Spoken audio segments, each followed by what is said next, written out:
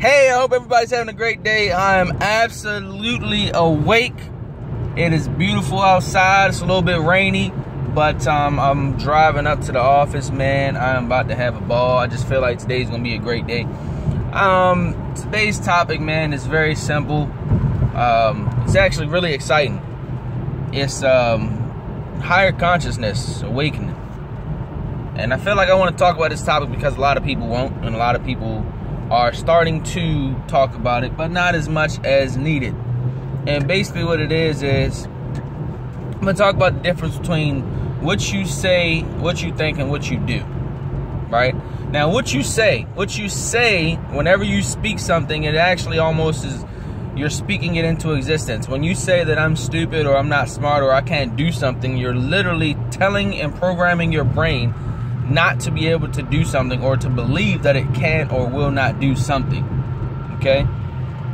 Problem with that is, the more you program your brain to do that, the more your brain starts to believe and repeat that to itself. Subconsciously, you pretty much are like, oh man, I really am stupid. Then you start to make mistakes that make you think that you're stupid, right? Or whatever. Let's say, for example, you're addicted and you say, oh man, I'm weak. You know, I can't get away from this drug, or I can't get away from sex or porn or whatever it is. Doesn't mean that you can't do it. It just means that when you say it, you're giving power to that particular addiction or negativity. Now, that's what you say. Now, what you say is very, very powerful, which is why I go back to saying affirmations. Say what you mean and mean what you say. Definitely always speak positivity over your life and everybody else's.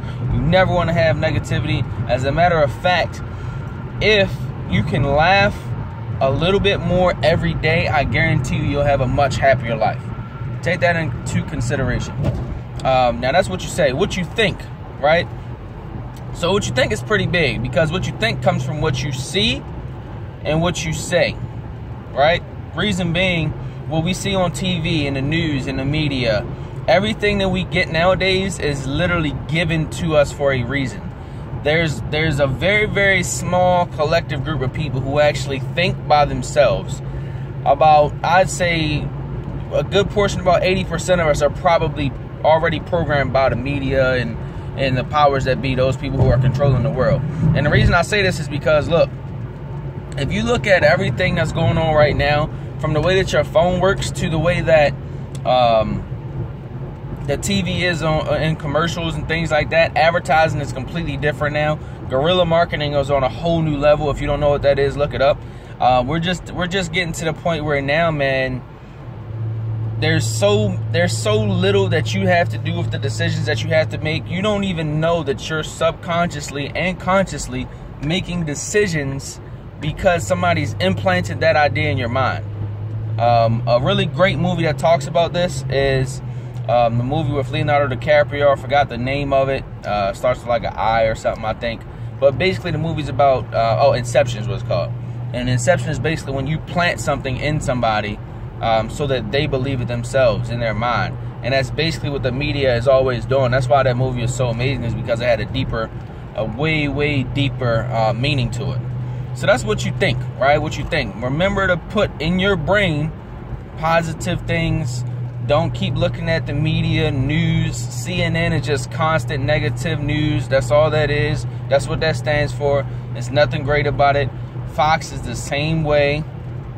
Fox is just, it's nothing good about the news, man. Like, literally, why do you watch news? You don't watch news anymore to be informed. You watch news now because you want to hear how bad the world is, or how messed up things are and what's going on. You know what I mean? I just read the other day that Todd Heap had accidentally killed his daughter, ran over her in the driveway, which is horrible. But what's worse is the people who are like talking about this guy like it never happened. Or even this guy who was out here running around doing murders and then wound up committing suicide, the Steve Stevens guy or whatever the dude's name is.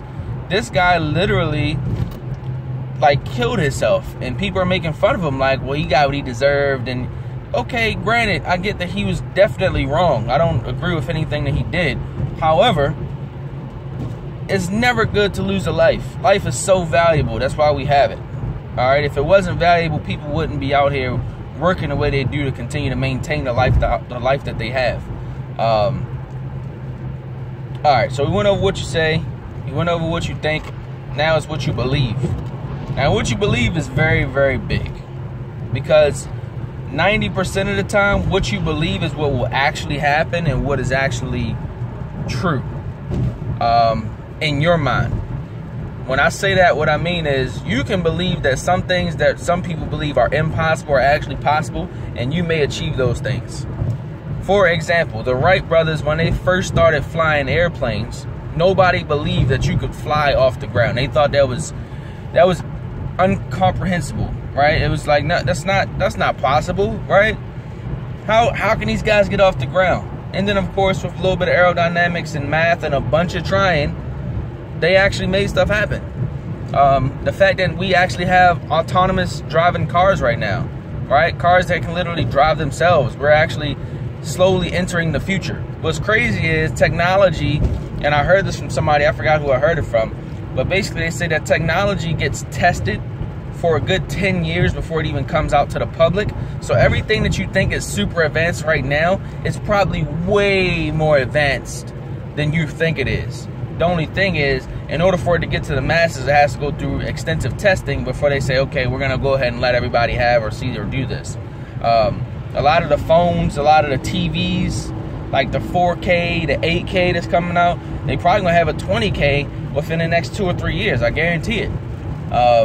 A super ultra high def TV. I mean, there's so many different things that are going on, but it all started with somebody believing that it was possible.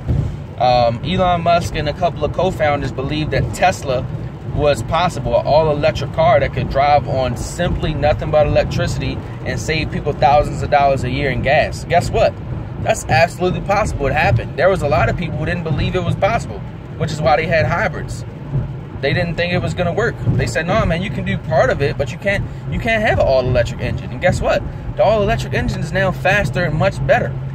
As a matter of fact, a Tesla right now is worth $100,000. Imagine if you would have got in on some Tesla stock when they first came out about, I don't know, what, 5-6 years ago, when it was like still like under 100 or 140. I mean, the stock right now is up to $300. Anyway, before I start going off on a tangent, I just wanted to say in my message today, and I hope I clearly portrayed this, that anything is possible. You can do absolutely anything that you put your mind to. I'm sure you heard that a lot. My mom and my dad told me that every day when I was growing up, that, you know, nothing was impossible to me.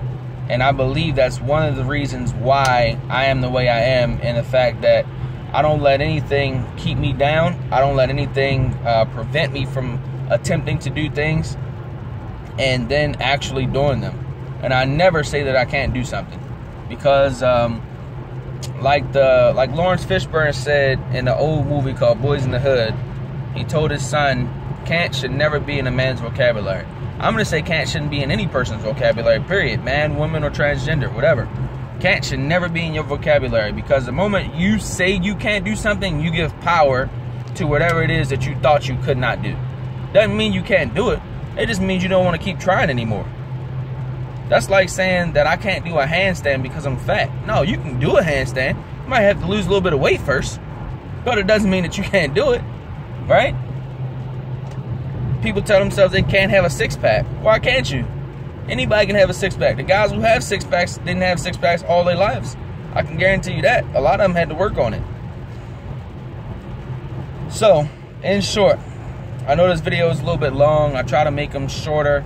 I'm going to try to keep the next one short. I pray that each and every day that you tell yourself one new thing when you get out of bed every day. Just something new, something that makes you feel good about yourself. A belief that you can plant in your mind, like Inception, that makes you say, you know what, I am great.